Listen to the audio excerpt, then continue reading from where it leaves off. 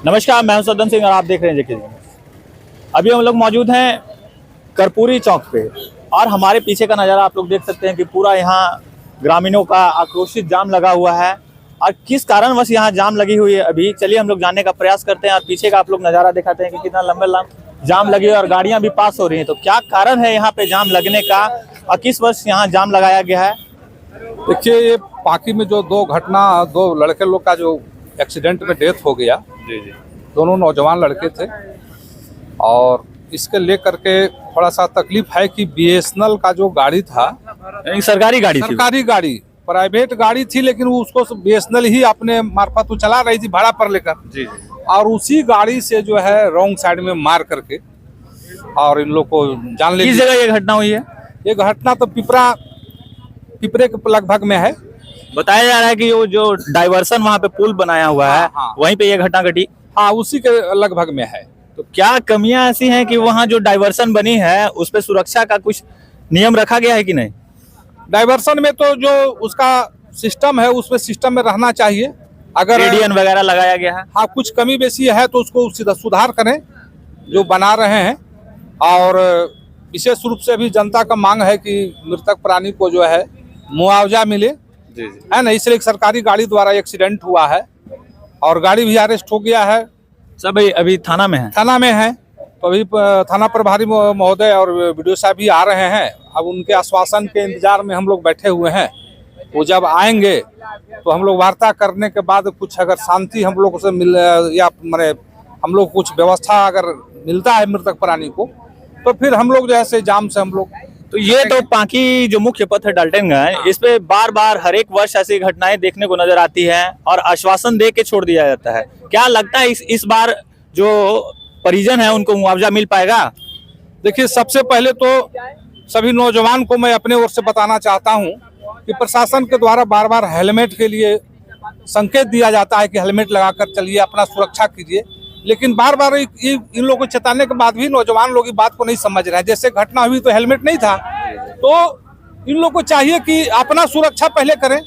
मुआवजा तो सरकार की तरफ से जो मिलना है वो तो मिलेगी ही, और सारे लोग जुटे हुए हैं। हम लोग मुआवजा के लिए जुटे हैं कि कम से कम मृतक प्राणी को कुछ व्यवस्था मिले।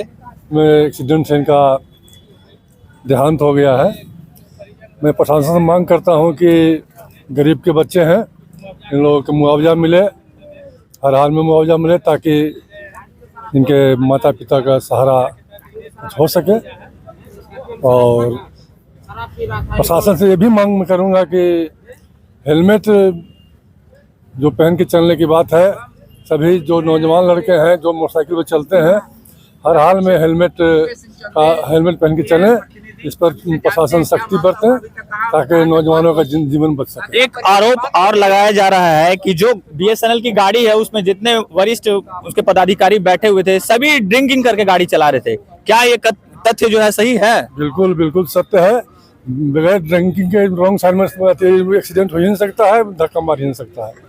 बिल्कुल सत्य है। हर हाल ये एक सरकार की भी बहुत बड़ी लापरवाही है कि ऐसे पदाधिकारियों को उन्होंने पदस्थापित दिया हुआ है। बिल्कुल बिल्कुल बीएसएनएल पदाधिकारियों पर कार्रवाई होनी चाहिए, कानून सम्मत कार्रवाई होनी चाहिए, उनको सजा मिलनी चाहिए। तो ये घटनाक्रम के बारे में आप जानकारी दीजिए। घटना इसी क्रम में हुआ कि जो स्कॉर्पियो गाड़ी आ रही थी, इधर पाकी की ओर से जा रही थी।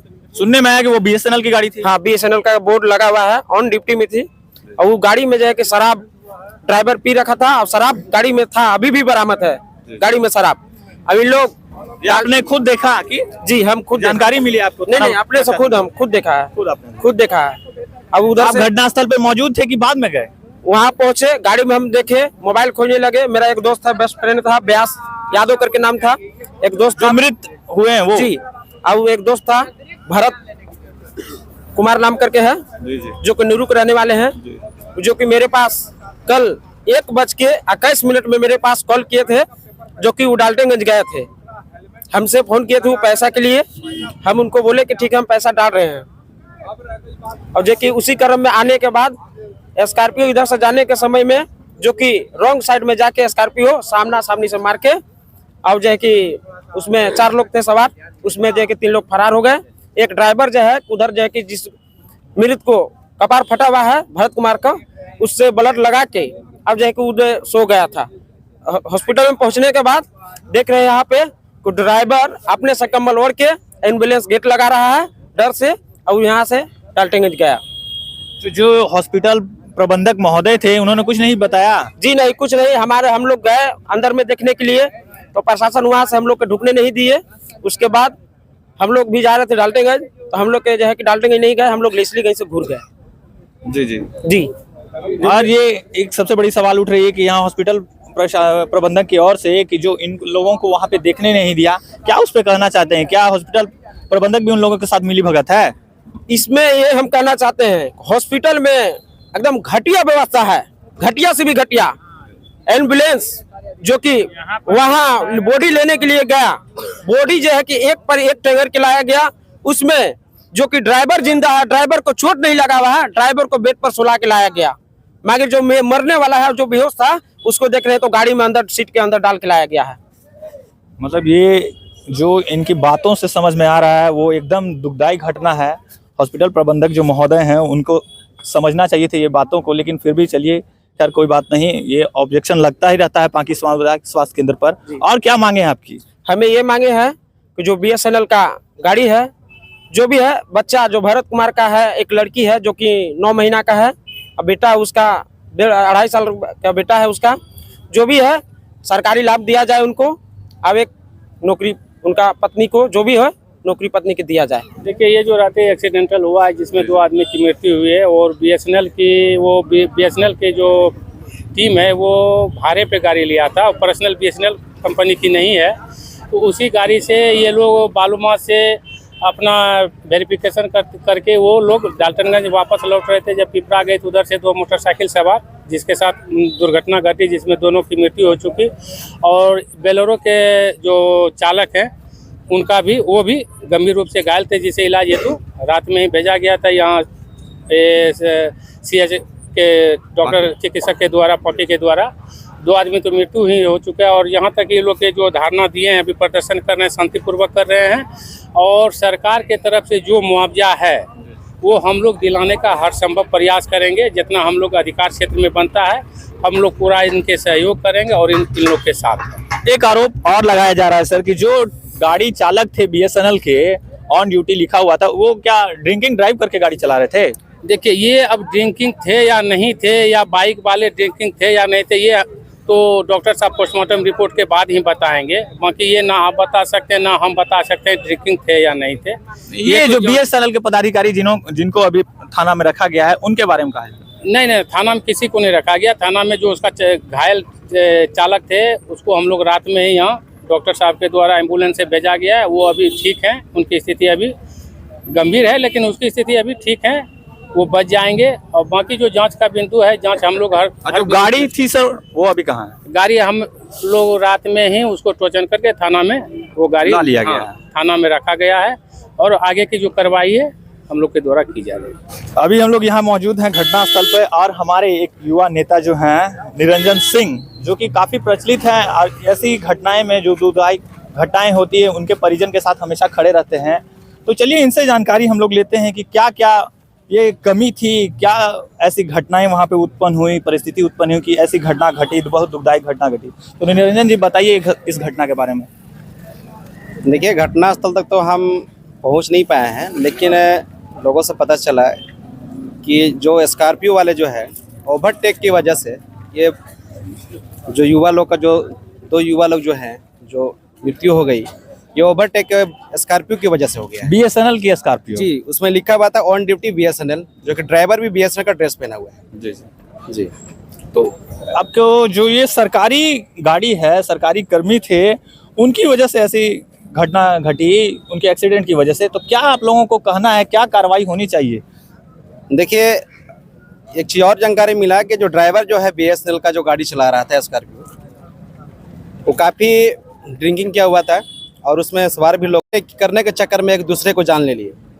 और रही बात कि जब वहाँ पर लोगों को जानकारी हुआ, एक्सीडेंट हुआ, प्रशासन भी पहुँचे, प्रशासन वहाँ से उठाकर या क्या बोलते हैं अस्पताल में लाए। लेकिन प्रशासन को धन्यवाद देना चाहेंगे आपके चैनल के माध्यम से कि प्रशासन का तत्परता दिखाते हुए तुरंत उन्होंने अपने अस्पताल में लाने का काम करते हैं। लेकिन ये अस्पताल का मैंने पहले भी एक बार नहीं 5-6 बार आवाज़ उठा चुका हूँ इस अस्पताल के बारे में।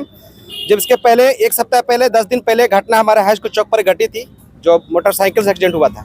हमने यहाँ एम्बुलेंस के लिए मांग किया, डॉक्टर से बोला कि 108 पर कॉल करो।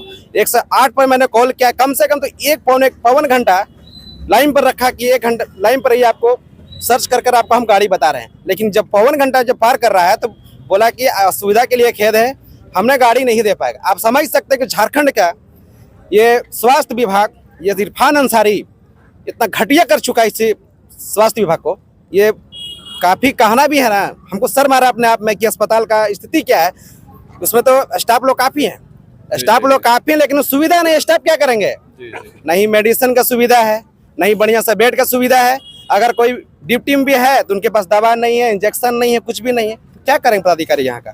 सबसे बड़ी स्थिति बताएंगे कि झारखंड सरकार जो इरफान अंसारी है, एम्बुलेंस सेवा का मजबूत करे, अब यहाँ का मेडिसिन का मजबूत करे, तभी हमारे यहाँ पर जो युवा का एक्सीडेंट थोड़ा बहुत जो होता है, अगर कटा हुआ भी है तो उसको रेफर किया जाता है। यानी यहाँ पे मेडिसिन सुविधा नहीं है, किसी तरह का डॉक्टर उपलब्ध सही से नहीं है। कारण यही है कि डालटेंगे लिखते लिखते रास्ते में दम तोड़ देते हैं हमारे युवा लोग, या कोई भी जो घटना घटते हैं। यही मेरा कहना है।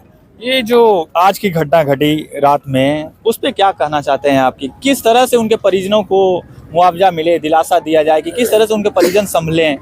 देखिए, हमें पता चला कि जो भरत कुमार जिसमें जो स्पॉट डेथ कर गया था, उसका 2 बच्चा है, एक 2 से 2.5 साल का लड़का है, 8-9 महीना की बच्ची है। जो सरकारी सुविधा तो उसको तो मिलेगा ही, लेकिन जो BSNL का जो कंपनी का जो गाड़ी है, हम यही कहेंगे BSNL कंपनी का जो इसका HR हो, जो उसका जो मैनेजर हो, उसको बुलाया जाए यहाँ पर और उसके मांग किया जाए कि उसके बच्चे के भविष्य के लिए, उसके परिवार का जो भरत का परिवार, उसको जॉब दिया जाए और बच्चे के लिए पालन पोषण के लिए उसका फिक्स डिपॉजिट किया जाए। जी, बहुत बहुत धन्यवाद आपका निरंजन जी, कि जो आपने इस स्थिति में उनके परिवार के साथ में खड़े हैं, दुखदाई स्थिति में, तो बहुत बहुत आपका धन्यवाद।